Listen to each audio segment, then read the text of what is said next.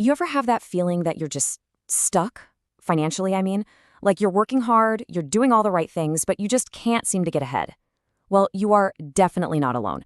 Today, we're going to break down a really clear two-part strategy that's built on proven systems, not just willpower, to show you how regular people are building real wealth, even if they're starting from scratch. Okay, let's just dive right in with this statement that I think is going to feel shockingly familiar to a lot of you. We're always told, just earn more money. That's the secret to getting rich. But, the actual data, and maybe even your own life, tells a totally different story. A bigger paycheck doesn't automatically mean you're wealthy. So that brings us to the most important question, right? If just making a bigger salary isn't the answer, what are we all missing? Why do so many of us get a raise only to find ourselves in the exact same financial spot, but maybe with, nicer stuff? To figure out the solution, we've got to really understand the problem first. And the problem has a name. It's called lifestyle creep. It's the sneaky force where as soon as you start making more money, the pressure to spend more money just follows you around. A nicer car, a bigger apartment, going out for more expensive dinners, there is a constant battle for every single dollar you earn. And look, this isn't just some theory. This is a documented fact. Even when you look at high earners, I'm talking people making well over 150 grand a year, a full third of them are still living paycheck to paycheck. It's proof that you just can't out-earn bad financial habits. The system itself is kind of broken. So if earning more isn't the fix and just trying to have more discipline doesn't work, we need a better system. The real secret isn't about budgeting every single penny or trying to resist every temptation. It's about creating a system where your wealth just builds on its own, automatically, without you even having to think about it. And the heart of this entire system is this incredibly simple but really profound idea. Pay yourself first.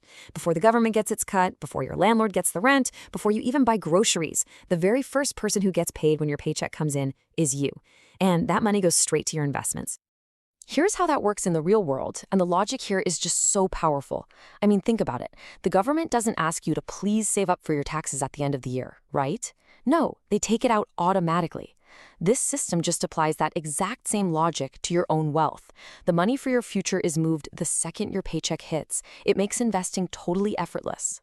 Okay, so now let's see how this automatic system works with the first of two proven wealth escalators that have literally created millions of millionaires, the stock market.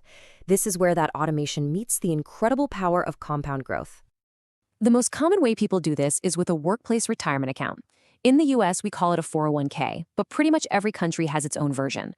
It's basically a special account that lets you invest automatically, straight from your paycheck, and you usually get some nice tax breaks for doing it. And believe it or not, there's actually a formula for this.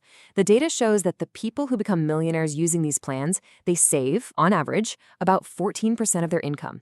And that number isn't random. It's basically the modern version of that old advice to keep the first hour of your day's pay for yourself. But it's not just about how much you save, it's also about how you invest it. You gotta be invested for growth.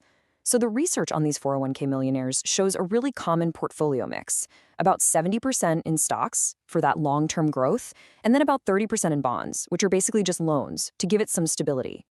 And if you're sitting there thinking, yeah, right, this is some impossible dream, just look at this number. This is from just one investment company in the US. Over 650,000 normal, everyday people have become millionaires inside this one single plan, just by following this exact automatic strategy. It's a proven, repeatable path to wealth. Okay, but that automatic investing, that's only one part of the equation.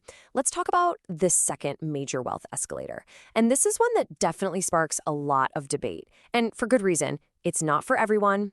But the data on how it builds wealth is just, well, it's undeniable.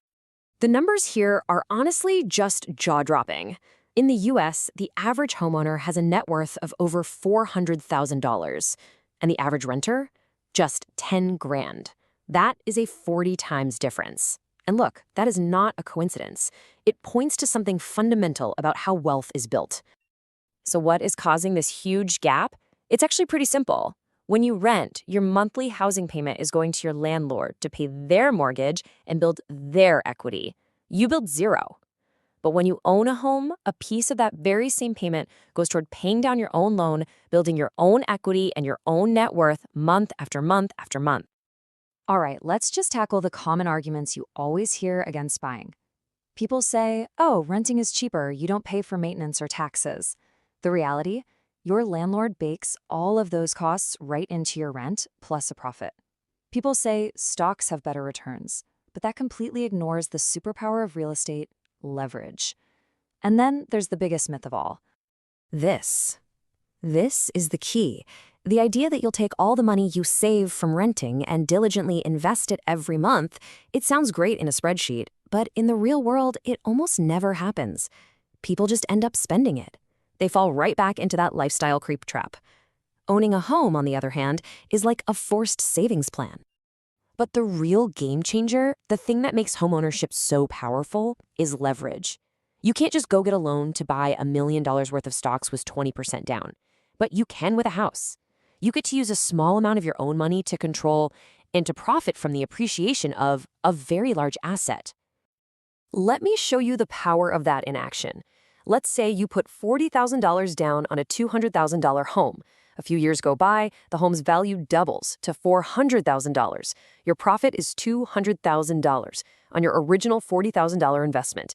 That is a 5 times return, and in many countries, that profit is completely tax-free. So here's the reality. You are going to spend a fortune on housing one way or another. You can't live inside a stock portfolio. If you pay $5,000 a month in rent, over 20 years, that's more than $1.2 million out the door. And that's if your rent never goes up, which, let's be real, it will. Which leaves us with one final, very powerful question to think about. You are going to be writing checks for housing for the rest of your life. The only real choice you have is who those checks are building wealth for, a landlord or you. What are you going to decide?